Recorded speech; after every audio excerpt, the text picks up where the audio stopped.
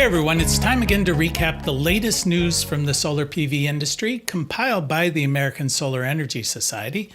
I'm Jay Warmke with SolarPVTraining.com, and this is what's happening in the wonderful world of solar for the week of July 27th. PJM Interconnection, the electrical grid operator for 13 mid-Atlantic and Midwest states, announced that the region is struggling to secure enough affordable power as demand surges and clean energy projects remain stuck in interconnection queues. PJM said increases it will need to pay in capacity price electricity will mean customers' bills will go up by as much as 5%, depending on their area. The capacity price is what utilities pay for electricity to be available at all times, especially when the grid is stressed in high-demand situations such as a heat wave. Experts and state officials attribute the rising capacity price to several factors. These include the explosion of power-hungry data centers across PJM's 13-state region, as well as slow interconnection times for projects, most of which are solar.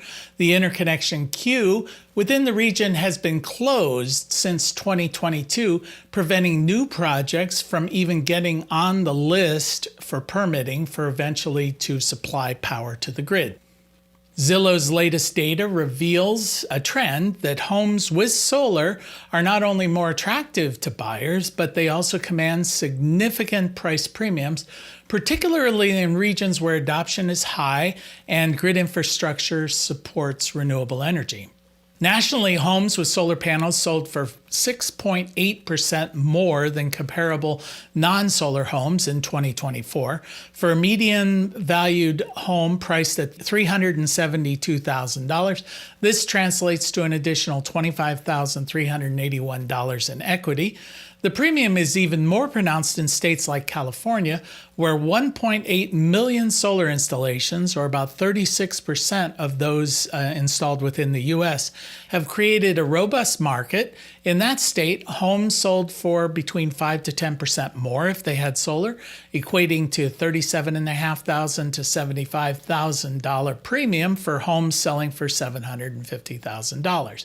Zillow's analysis shows that homes with third-party owned solar systems obtained through leases or power purchase agreements failed to command any price premium.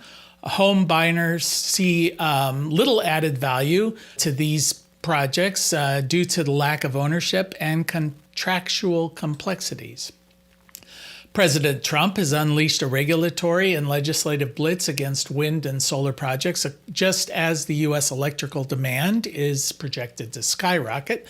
Republicans say that Trump is simply trying to level the playing field after former President Biden provided large subsidies for renewable energy.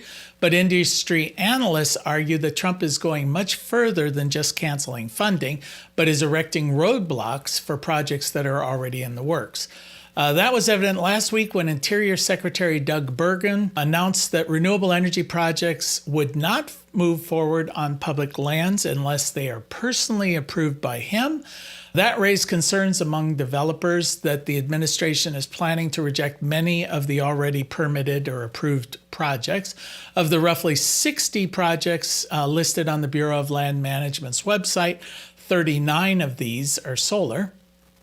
There's also an EPA order to revoke permits for planned offshore wind project off of New Jersey, and an Interior Department ordered that work be halted on another project in New York. The administration has also tried to halt green energy spending that was approved during the Biden administration, but that decision is currently under appeal.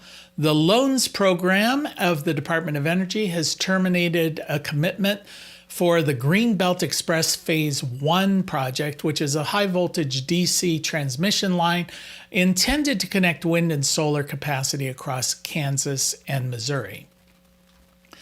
Photovoltaic company Next Energy Technologies has completed the first commercial application of its transparent PV windows. 6 windows were installed at their headquarters in Santa Barbara, California. This is the first building-integrated facade featuring the solar window coating developed by Next. The company's transparent coating can transform commercial windows into power generating units, similar to solar panels. The technology consists of printed transparent photovoltaic coating on glass, which is then sealed by a second piece of glass and then integrated into traditional window glazing systems. Not only can they produce on-site power, the windows can also absorb and convert ultraviolet light, which will reduce the building's heating and cooling demands.